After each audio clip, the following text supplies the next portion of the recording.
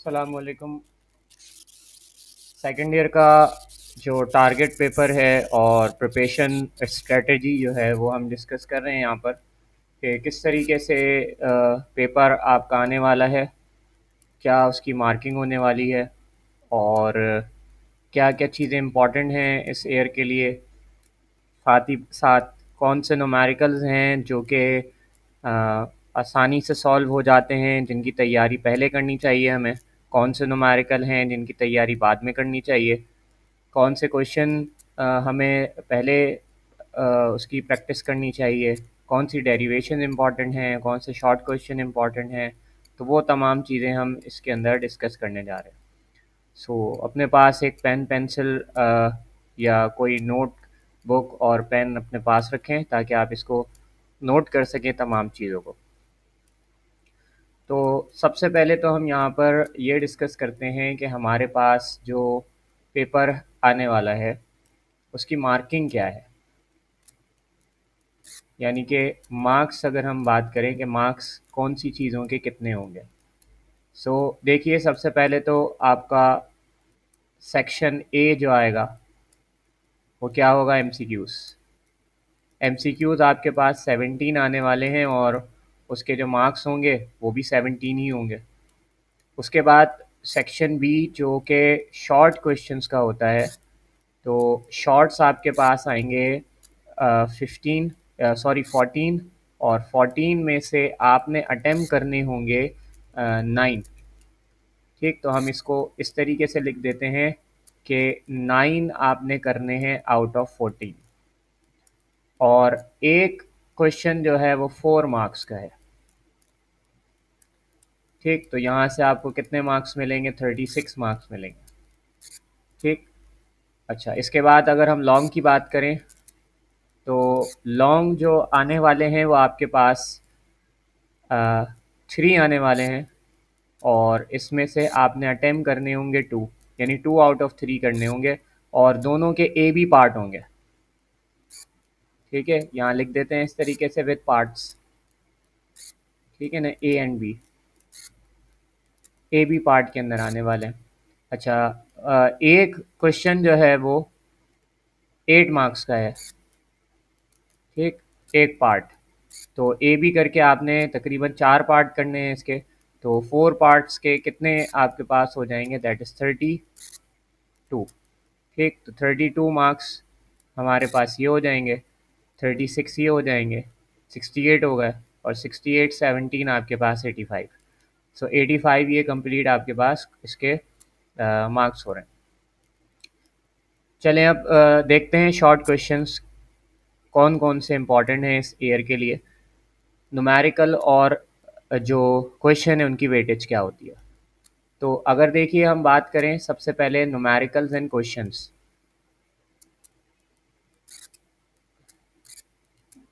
Numericals and short questions. तो numerical और short question का जो रेशियो होता है वो 60-40 का होता है या 70-30 का होता है। 60-40, 70-30 का मतलब क्या है कि 60% या तो आपके पास न्यूमेरिकल आएंगे, 40% शॉर्ट आएंगे, या 70% न्यूमेरिकल आएंगे और 30% शॉर्ट आएंगे। ठीक है, ये यानी कि अगर 14 क्वेश्चंस आ रहे हैं तो 14 क्वेश्चंस में अगर आप उसकी 60% लगाएं तो तकरीबन 7 क्वेश्चन तो बनेंगे आपके पास। ठीक है ना, बल्कि 7 तो नहीं बनेंगे, 7 तो 50% बन जाएंगे। 8 क्वेश्चन आपके पास बनेंगे, 8 to 9 क्वेश्चन, यानी कि 8 और 9 आपके पास न्यूमेरिकल आएंगे, और इसी तरीके से शॉर्ट क्वेश्चन फिर आप देख लीजिएगा कि 4 क्वेश्चन या 5 क्वेश्चन आपके पास बनेंगे। तो न्यूमेरिकल की तादाद ज़्यादा होती है एज़ कम्पेयर टू शॉर्ट। अगर शॉर्ट क्वेश्चन जो है वो 6 आ रहे हैं तो न्यूमेरिकल 8 आएंगे। ये आपके पास 60-40 का रेशियो बनेगा। सबसे पहले शॉर्ट हम क्वेश्चन देखते हैं कि कौन कौन से हैं किस किस चैप्टर के। तो बात करते हैं चैप्टर नंबर 11 से। ठीक है ना, शॉर्ट क्वेश्चन मैं बताने जा रहा हूँ जो कि इम्पॉर्टेंट है इस ईयर के लिए। तो याद रखिएगा कौन कौन से शॉर्ट हमारे पास यहाँ पे बन सकते हैं। तो important short questions,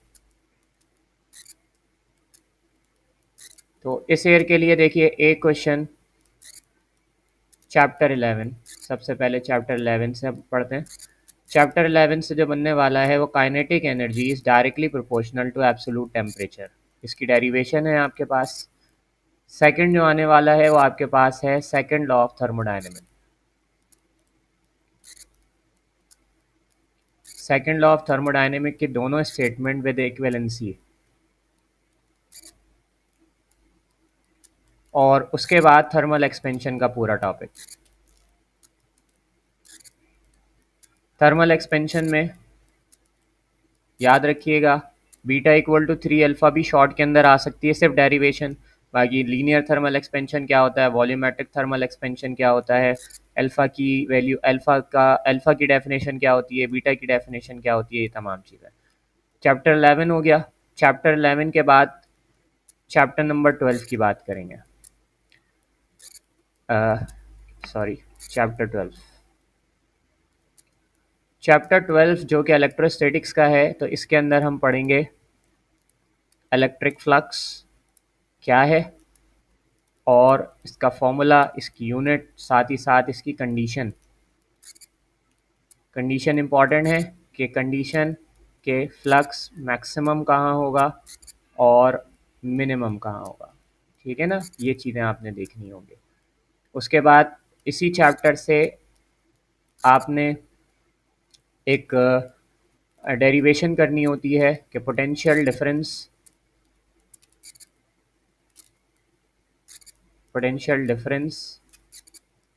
in terms of electric intensity।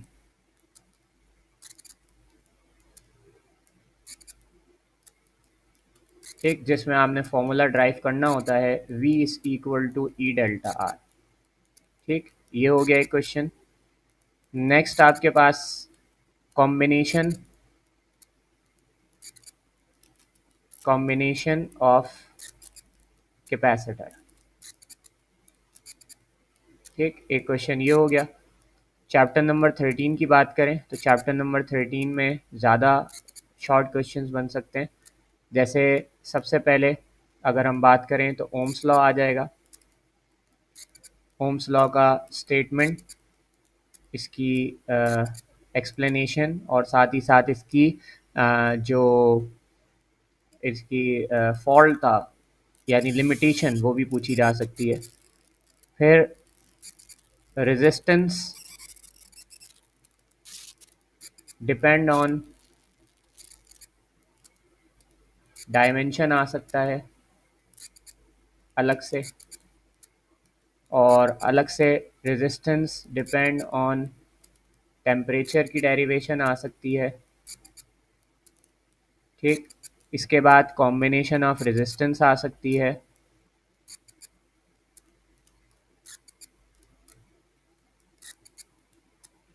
ठीक है, सीरीज और पैरेलल जो होती है। और साथ ही साथ एक और इम्पॉर्टेंट, मोस्ट इम्पॉर्टेंट है difference between EMF and TPD. EMF and TPD के दरमियान डिफरेंस आपने करना है। चैप्टर नंबर 14 की बात करें तो इससे शॉर्ट कम बनते हैं, लॉन्ग ज़्यादा हैं इसके अंदर। चैप्टर नंबर 14 के अंदर जो लॉन्ग है, सॉरी शॉर्ट क्वेश्चन है, वो force on a current carrying conductor, on a current carrying conductor in a magnetic field. ठीक, जिसका फॉर्मूला आप ड्राइव करते हैं F equal to I L B sine theta. ठीक है, ये फॉर्मूला होता है। उसके बाद टॉर्क वाली जो डेरिवेशन है ये आपने करनी है, सॉरी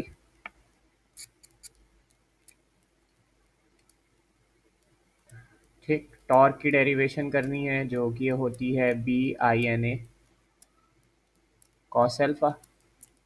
ठीक, एक क्वेश्चन ये हो गया। उसके बाद यहाँ से और कोई दूसरा क्वेश्चन नहीं बनता। सारे एमसीक्यूज़ या न्यूमेरिकल्स आते हैं शॉर्ट के अंदर। चैप्टर नंबर 15 की बात करें तो 15 के अंदर आपने एमीटर, वोल्ट मीटर दोनों करने हैं और साथ ही साथ व्हीटस्टोन ब्रिज करना है।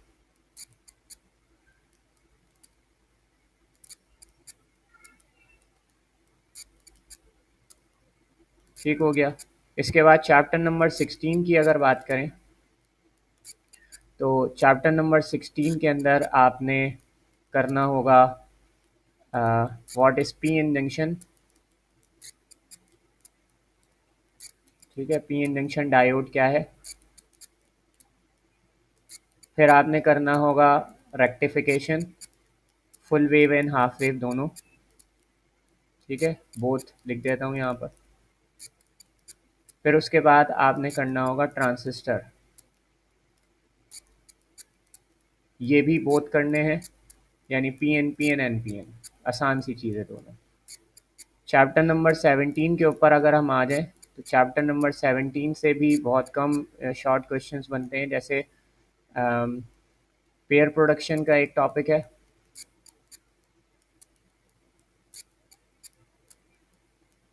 ठीक है, पेयर प्रोडक्शन एक टॉपिक है। एनिलिएशन ऑफ मैटर।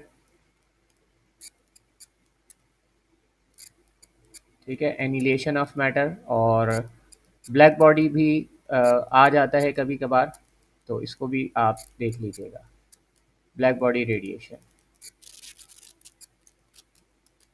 और एक और हम मिस कर रहे हैं जो कि है थ्योरी ऑफ रिलेटिविटी के पोस्टुलेट्स। ठीक, जो mass variation, length contraction, time dilation, ये तमाम है। चैप्टर नंबर 18 की बात करें तो चैप्टर नंबर 18 से तो लॉन्ग डेरिवेशन होती है, या फिर एक क्वेश्चन आता है इधर से प्रोडक्शन ऑफ लेज़र का। तो लेज़र की टर्मिनोलॉजी आपने याद करनी है कि क्या होगी। चैप्टर नंबर 19 की अगर हम बात करें तो यहाँ से लॉज ऑफ रेडियो एक्टिविटी और हाफ लाइफ, या फिर न्यूक्लियर रिएक्शन। न्यूक्लियर रिएक्शन में न्यूक्लियर फिशन रिएक्शन और फ्यूजन रिएक्शन दोनों इंक्लूड हैं। ठीक, अच्छा, उसके बाद चैप्टर 20 से जो है वो विल्सन क्लाउड चेम्बर और गीगर काउंटर दोनों शॉर्ट के अंदर आ सकते हैं और लॉन्ग में भी आ सकते हैं। तो मैं यहाँ दोनों लिख देता हूँ, दोनों कर लीजिएगा, शॉर्ट के लिए भी हो जाएंगे और लॉन्ग के लिए भी।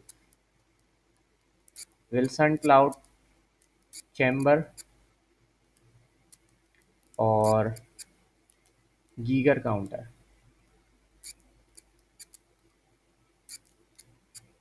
ठीक, तो ये तो हमारे शॉर्ट हो गए। अच्छा, अब इसके बाद देखिए, अगर न्यूमेरिकल्स के ऊपर हम चलें तो न्यूमेरिकल्स किन चैप्टर्स के हमें पहले प्रिपरेशन करनी चाहिए उनकी। तो सबसे पहले देखें हम यहाँ पर चैप्टर के अगर नाम लिख लें, चैप्टर नंबर 11 है हमारे पास। ठीक, चैप्टर 12 है, चैप्टर 13 है, 14 है, 15 है, 16 है, 17, 18, 19 एंड 20। अच्छा, अब अगर मैं क्या करूं, इनमें से आपको बोलूं कि चैप्टर जो है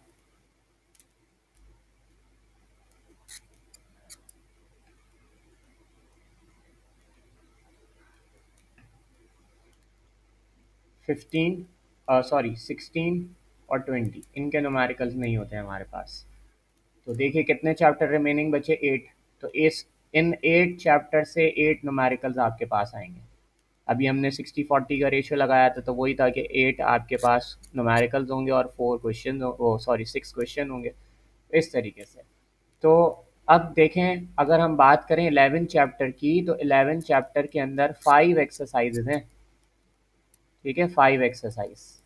12 के अंदर बात करें, यानी 5 डिफरेंट न्यूमेरिकल्स हैं।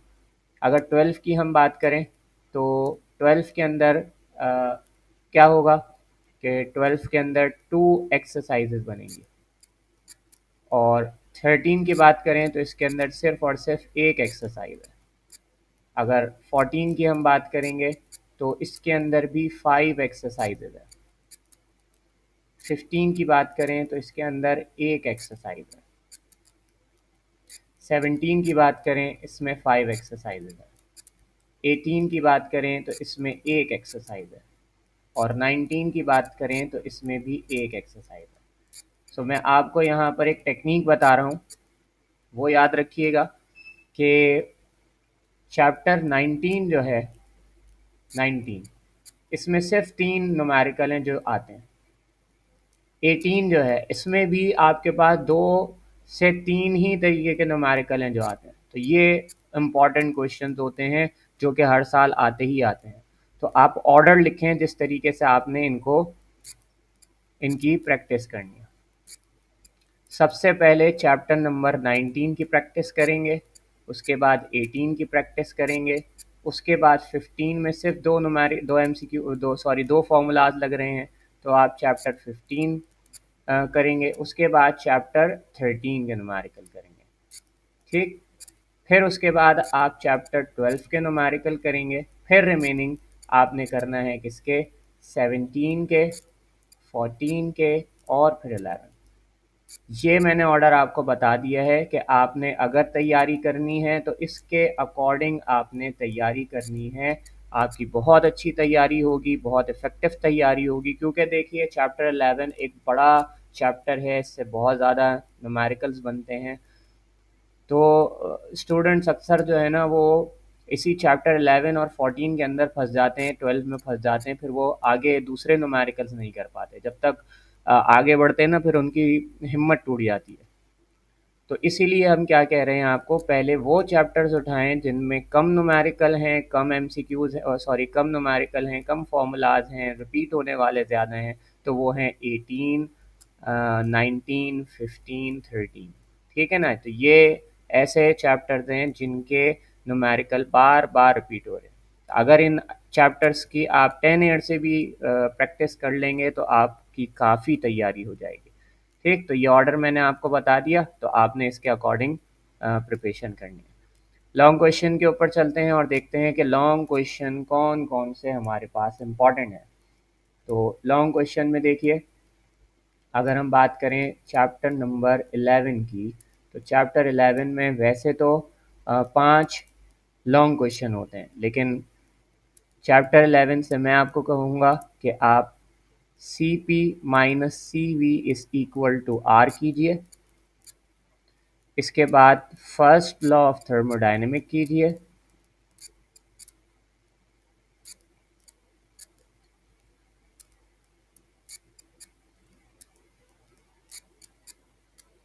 और इसके बाद आप कीजिए Carnot engine. First law of thermodynamic और CP माइनस CV जो है वो ज़्यादा इम्पॉर्टेंट है इस साल के लिए। ठीक है, तो कार्नोट इंजन जो है वो आपने करना है। उसके बाद चैप्टर नंबर 12 से आप सिर्फ 2 क्वेश्चन लिखेंगे। कौन कौन से? सबसे पहले आप लिखेंगे गॉस लॉ विद एप्लीकेशन।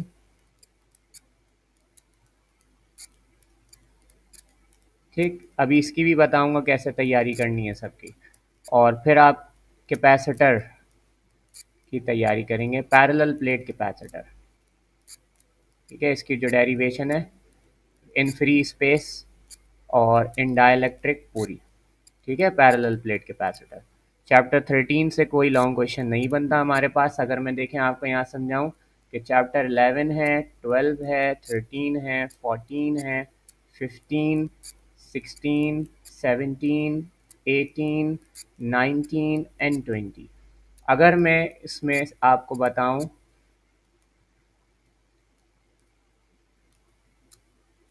कि चैप्टर हमारे पास 13, यहाँ से लॉन्ग क्वेश्चन नहीं बनेगा।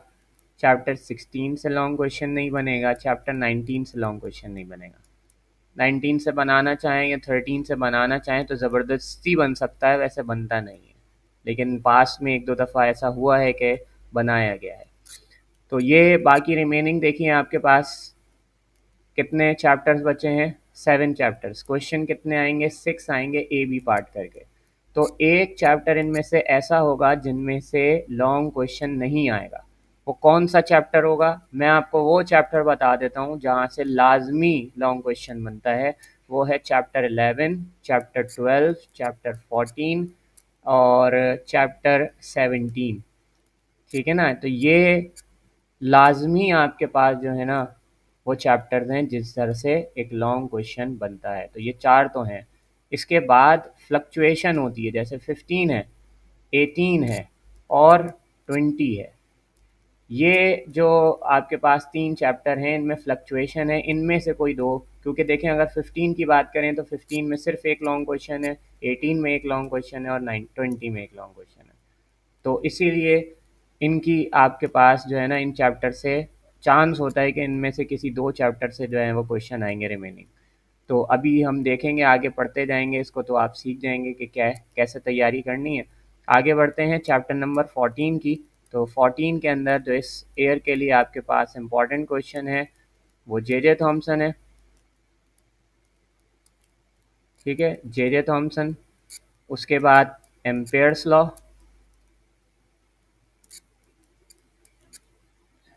विद एप्स,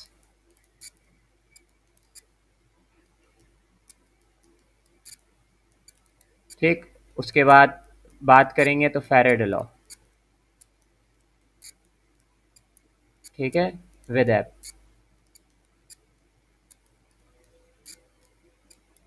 अच्छा, फिर इसके बाद अगर हम देखें आगे, चैप्टर 14 हो गया। चैप्टर 15 की बात करें तो चैप्टर 15 में सिर्फ एक ही लॉन्ग क्वेश्चन है, समझ लें ब्लेसिंग है हमारे पास, वो है गैल्वानोमीटर। फिर चैप्टर 16 में कोई लॉन्ग क्वेश्चन नहीं होता, 17 है, तो 17 के अंदर जो लॉन्ग क्वेश्चन हमारे पास बनेगा वो तो या फोटो इलेक्ट्रिक इफेक्ट होगा,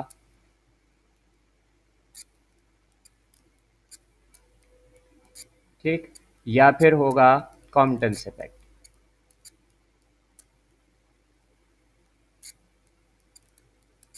ठीक। अच्छा, चैप्टर 18 की बात करें तो सिर्फ एक long question, that is Bohr's atomic theory.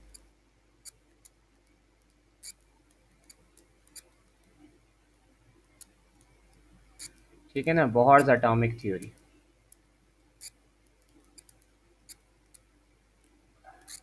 ठीक।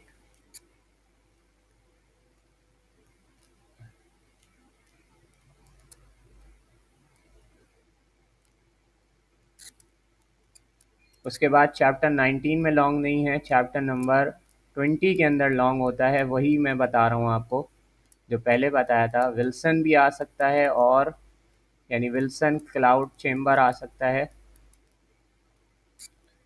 और साथ ही साथ गीगर काउंटर भी आ सकता है, जीएम काउंटर। ठीक। तो ये लॉन्ग मैंने आपको बता दिए। देखें अगर हम इसको काउंट करें तो 1 2 3 4 5 6 7 8 9 10 11 12 13 14 14 क्वेश्चन बन रहे हैं जिसकी आपने तैयारी करनी है। इंशाल्लाह इन्हीं 14 क्वेश्चन में से आपके पास पूरे पूरे 6 क्वेश्चन आएंगे। ठीक। आपके पास चॉइसेस भी होंगी। अच्छा, अब किसकी तैयारी पहले की जाए, देखिए अभी हमने 11 में बात करी, 11, 12, 13 तो नहीं था हमारे पास, इसको हम हटा देंगे। क्या है, 14। उसके बाद 15, 16 नहीं है, 17 है, 18 है, 19 नहीं है, 20 है। ठीक। बात क्या कर रहे हैं कि 11 से 3 क्वेश्चन हैं, 12 से 2 क्वेश्चन हैं, यहाँ से 3 हैं, यहाँ से 1 क्वेश्चन है, यहाँ से 2 क्वेश्चन है, यहाँ से 1 है और यहाँ से 1। ठीक। तो 3, 5, 8, 9, 11, 12, 13, 13, सॉरी यहाँ पर 2 है, ये 14 होगा। सही। तो आप तैयारी किसी भी अकॉर्डिंग इसमें कर सकते हैं, कोई वो नहीं है। आप असेंडिंग ऑर्डर डिसेंडिंग ऑर्डर में कर सकते हैं, यानी 11 के 3 क्वेश्चन याद कर लें, 12 के ये 2 याद कर लें, 14 याद कर लें, 15 याद कर लें, 17 याद कर लें, 18 याद कर लें और 20 याद कर लें। मैं सजेस्ट ये करूँगा आपको जो शॉर्ट मतलब जिनके अंदर कम है क्वेश्चन, उनको आप पहले फॉलो करें। जैसे कि 15 चैप्टर हो गया, 18 चैप्टर हो गया, फिर 17 हो गया, 12 हो गया, फिर 20 हो गया। सो इनमें से भी आपके क्वेश्चन निकल सकते हैं, ठीक है ना। तो ये पेपर आपको इस तरीके से बताया जा रहा है आपको तैयारी करने का कि स्टूडेंट्स की कैटेगरी होती है ABC, यानी कि वो बच्चे जो मतलब बहुत पेपर की तैयारी करते हैं अच्छे से। कुछ जो हैं वो एवरेज स्टूडेंट होते हैं, कोशिश करते हैं लेकिन फिर भी चीज़ें रह जाती हैं। और C कैटेगरी में वो बच्चे आ जाते हैं जो कि तैयारी में इतना अच्छा खासा टाइम स्पेंड नहीं कर पाते। तो तमाम बच्चों के लिए समझ लें इफ़ेक्टिव है। जो 80 अबव परसेंटेज लाना चाहते हैं तो इस पूरे पैटर्न को वो फॉलो करेंगे, सारी चीज़ें करेंगे, इनमें से कोई चीज़ स्किप नहीं करेंगे। अगर कोई चीज़ स्किप कर दी तो समझ लें आपका पेपर बहुत इफ़ेक्ट कर जाएगा। और जो 70 अबव मार्क्स लेकर आना चाहते हैं तो वो फिर इसमें से जो अकॉर्डिंग आपके बताया, जैसे मैं यहाँ पे बोल रहा हूँ कि इनमें से आप कुछ सेलेक्ट कर लें, 5 चैप्टर उनमें ही से सिर्फ लॉन्ग क्वेश्चन कर लें, तो वो फिर उनकी परसेंटेज हो जाएगी। और जो बिल्कुल बिलो पास होने की सिर्फ ख्वाहिश रखते हैं तो वो फिर देख लें कि इनमें से भी सॉर्ट आउट कर लें चीज़ों को। बहरहाल बाकी सारी चीज़ें अगर आप इन तमाम क्वेश्चंस को फॉलो करेंगे तो आपके मार्क्स काफ़ी अच्छे आ जाएंगे। बाकी MCQs मैंने पहले ही ऑलरेडी डाले हुए हैं पास पेपर के, इसमें पूरी मैंने PDF फाइल भी डाली हुई है अबाउट में, वहाँ जाकर आप देख सकते हैं। बाकी सॉल्व MCQs की वीडियोस डाली हुई हैं हर चैप्टर की, तो हर चैप्टर में आप सिर्फ 15-15 मिनट की वो वीडियोस हैं, उनको देखकर तमाम MCQs की तैयारी बहुत अच्छे से हो सकती है, बहुत अच्छे से हो सकती है। आप उसको देखेंगे और देखते हुए ही आपकी तैयारी समझ लें तमाम चैप्टर की हो जाएगी। इससे रिगार्डिंग कोई भी क्वेश्चन, कोई भी क्वेरी आपके जहन में है तो आप वो कमेंट में बता सकते हैं, और मैं आपकी जितनी भी क्वेरीज़ हैं उनके आंसर करूँगा और बताऊँगा, आपको गाइड करूँगा उस हवाले से जो भी आपके क्वेश्चन होंगे। जज़ाकल्लाह and best of the luck for your exam.